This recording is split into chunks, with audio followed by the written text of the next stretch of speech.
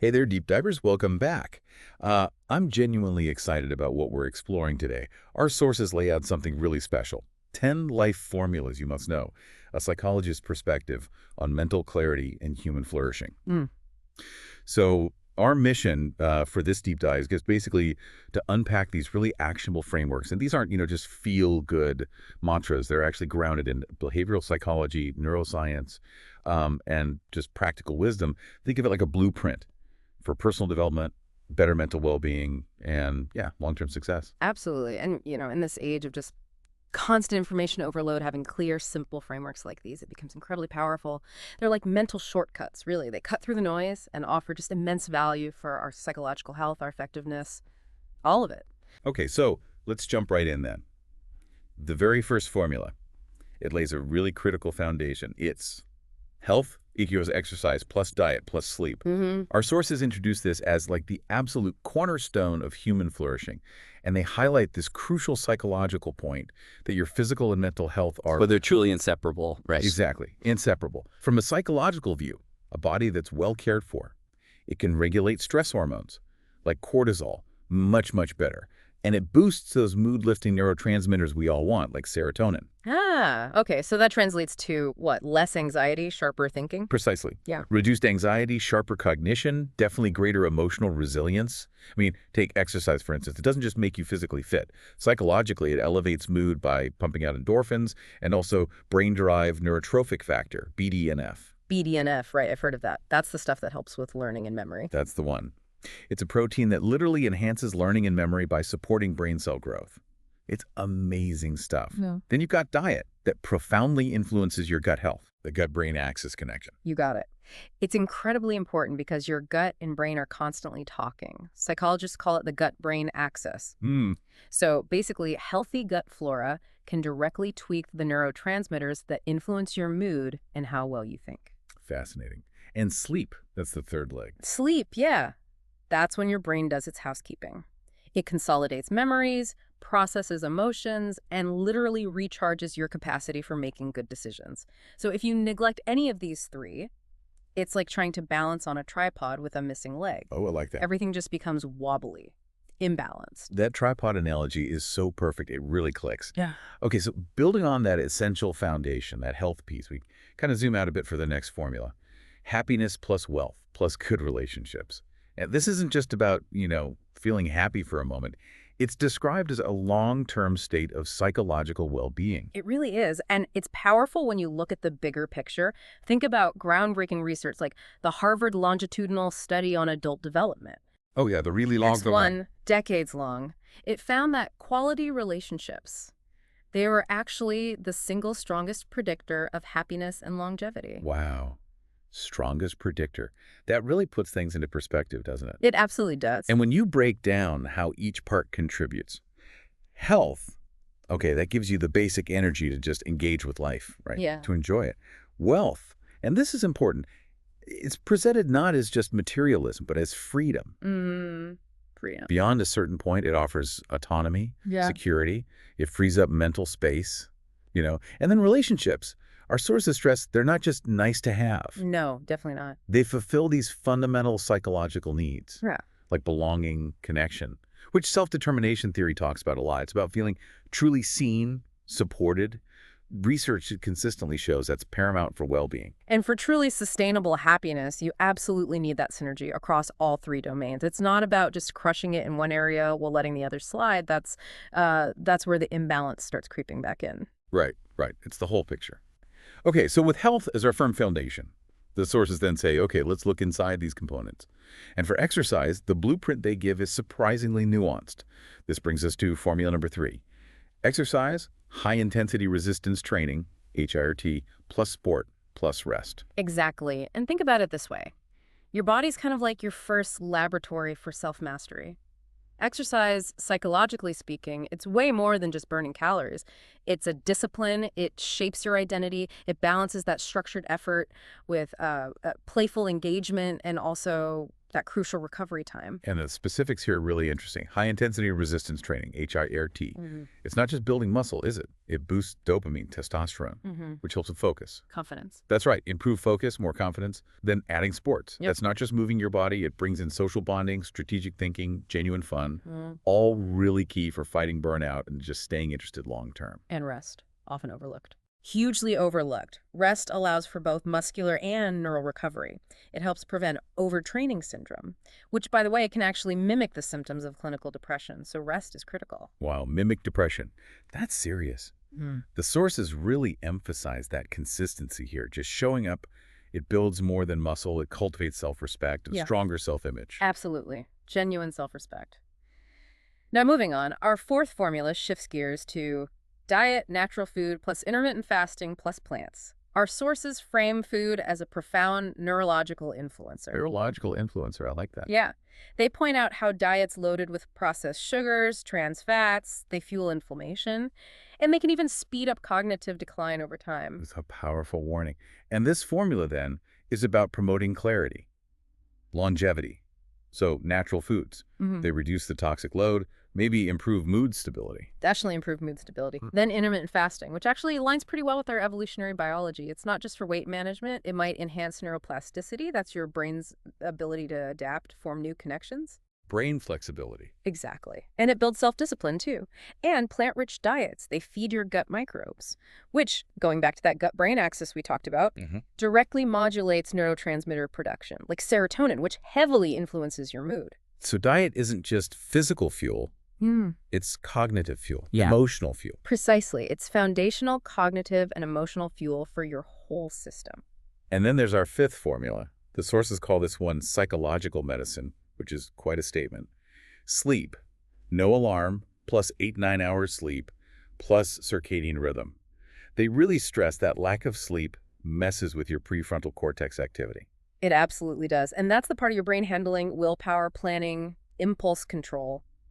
Basically, your executive functions. So when the formula says no alarm, does it literally mean just waking up naturally? Ideally, yes. Waking naturally is the clearest sign you've had truly adequate restorative rest. Getting that solid 8 to 9 hours, that optimizes memory consolidation, emotional processing. It just makes you much more effective during the day. And the circadian rhythm part, aligning with light cycles. Yeah, sleeping and waking more in tune with natural light cycles. That helps stabilize mood, improves hormonal balance. And here's the kicker. Chronic sleep deprivation can actually mimic clinical anxiety and depression. Wow. Okay, so good sleep isn't a luxury. Not at all. It's fundamental biological hygiene. It's something you simply cannot afford to skip if you want to function well psychologically. That is a stark warning, and one I think, well, probably many of us can relate to feeling the effects of skipping sleep. Yeah. You know, I mean, wonder, if sleep really is biological hygiene, how much of our modern stress, that brain fog we feel, could just be lessened by getting this one formula right consistently? Oh, a tremendous amount. I mean, our brains just aren't built to run on empty, to operate on chronic deficits. Prioritizing sleep, it's arguably the single most impactful lever you can pull for your overall psychological resilience, really. Okay, powerful stuff. Now, let's shift gears a bit. Let's transition to the concept of wealth, connecting it back to happiness and that vital sense of autonomy. Formula number 6 is wealth, income, plus return on investment, ROI. Right, and what's really insightful here psychologically is framing wealth not just as money, but as freedom. Freedom. I like that reframing. Yeah, freedom from that gnawing stress of scarcity, freedom from fear, from dependence on others or circumstances. It's about building up resources that give you mental space. Just Choice. so income is the fuel coming in. Income is the fuel, exactly. And ROI, your return on investment, that's the efficiency engine. It reflects how wisely, how mindfully you use that fuel to actually grow your resources, make them work for you. And there's another psychological benefit. Wealth building really fosters long-term thinking. Delaying gratification. Precisely. Which lines up beautifully with higher emotional maturity, patience, thinking beyond the immediate moment. It's interesting how something usually seen just as accumulation, wealth, is reframed here as creating freedom and fostering patience. It makes sense, though. Financial stress can totally hijack your mental energy. Yeah. Okay, so then Formula 7 drills down into how we actually generate that income, that fuel. Income, accountability, plus leverage. plus specific knowledge. Modern psychology definitely highlights that meaningful work with purpose, significantly boosts life satisfaction. Absolutely. And this formula breaks income down into three really potent psychological levers. Take accountability. That requires courage, doesn't it? It raises the stakes because you own your outcomes. But that builds trust and ultimately reward. Taking ownership. Exactly. Then leverage, whether that's using capital or people or intellectual property. It's not about working harder yourself. It's about increasing your output, often exponentially, without a matching increase in your personal time or effort. This ties into the psychology of flow, of scale, getting systems to do the heavy lifting. And the third piece? Specific knowledge. Ah, specific knowledge. That's what makes you, in a sense, irreplaceable. It's often intrinsically motivating, too. It's usually found at that sweet spot, that intersection of your genuine passion and your unique skills, what you love and what you're uniquely good at. So, following this formula isn't just about earning a paycheck. It's about creating real value with purpose. That's the idea. Creating value with purpose, not just clocking in. Okay, so what does this all really mean for how we, build that value and manage our resources day to day? Let's dive deeper into deconstructing those income levers, starting with Formula 8. Accountability, personal branding, plus personal platform, plus taking risks. Psychologically, this is fascinating. Accountability, framed this way, is like the ultimate antidote to learned helplessness. That feeling that nothing you do matters. Exactly that. Taking ownership over your outcomes, it directly builds what psychologists call self-efficacy, which isn't just generic self-confidence. It's the solid belief in your ability to succeed at specific things. And that belief, our sources argue, is arguably the single biggest driver of motivation and growth. And each element here seems to reinforce your identity. Right. Personal branding. Yeah. So not just a logo, it's building trust capital, your reputation. Precisely. Your reputation, your credibility. Then a personal platform that gives you visibility. It amplifies your voice, connects you directly, and taking risks. Okay, that sounds scary, but that's where resilience gets built. Stepping outside the comfort zone. Yes. You actively break down those fear conditioning pathways in your brain. You teach yourself that calculated risks can lead to positive outcomes, not just disaster. So accountability really shifts you from being passive. To being proactive. A proactive agent in your own life, your own career. Huge shift. Okay, next up, Formula 9. Leverage, capital plus people plus intellectual property. The sources call leverage a profound psychological shift, from just working harder to actually working smarter, which involves designing systems and, crucially, trusting other people, which, let's be honest, can be tough sometimes, right? Especially if you like control. Oh, absolutely. It requires letting go a bit. But think about the power. Capital lets you leverage financial resources for potentially exponential growth, making your money work for you. People. They bring diverse ways of thinking, different cognitive strengths, emotional bandwidth you just don't have alone, complementary skills. And intellectual property, like books, courses. Exactly. Things like books, courses, software. That provides passive scalability. It allows you to earn, potentially even while you're resting or working on something else. Because the value is baked into the system, it's not tied directly to your hours anymore. Ultimately, leverage, used well, builds significant psychological safety through autonomy and having a buffer against, the unexpected. Makes sense. A safety net built by systems. Okay, and finally, our 10th formula. This takes us into investing, but with a really interesting psychological angle. Return on investment, ROI, buy and hold, plus valuation, plus margin of safety. Yes, and this ties directly into behavioral finance. One of the biggest psychological hiccups we humans have is loss aversion. Fearing losses more than we value gains. That's it exactly. We tend to fear losses much more intensely than we enjoy equivalent gains. This formula is designed to counteract that bias. And what's truly compelling, I think, is how this ROI mindset, if you really internalize it, it becomes a powerful metaphor for making decisions across your life, not just with money. How so? How does it teach patience and rationality? Well, take buy and hold. That's not just an investment tactic. Psychologically, it forces you to develop delayed gratification, which research links directly to emotional intelligence, better impulse control. Interesting link. And valuation. Valuation isn't just number crunching. It demands critical thinking, honest self-assessment, cutting through emotional hype or fear, seeing things clearly, and margin of safety. That's not just a financial buffer.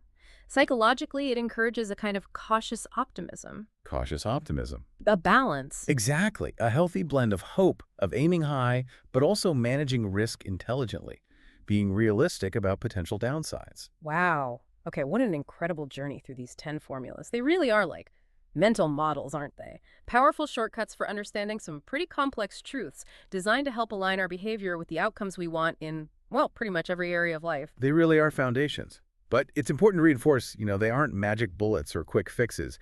Real transformation doesn't just come from knowing these formulas exist. It comes from the consistent practice, from actually living them, internalizing them day by day. Exactly. Yeah. Living them. And from that psychological perspective, these principles aren't just about being more productive or wealthy. They seem to foster this deep sense of ownership, discipline, and yeah, emotional resilience, Mm. which are qualities that, when you cultivate them, truly lead to a life that's not just, successful on paper, but deeply meaningful too. Couldn't agree more. So maybe a final thought for you, the listener, as you reflect on this deep dive.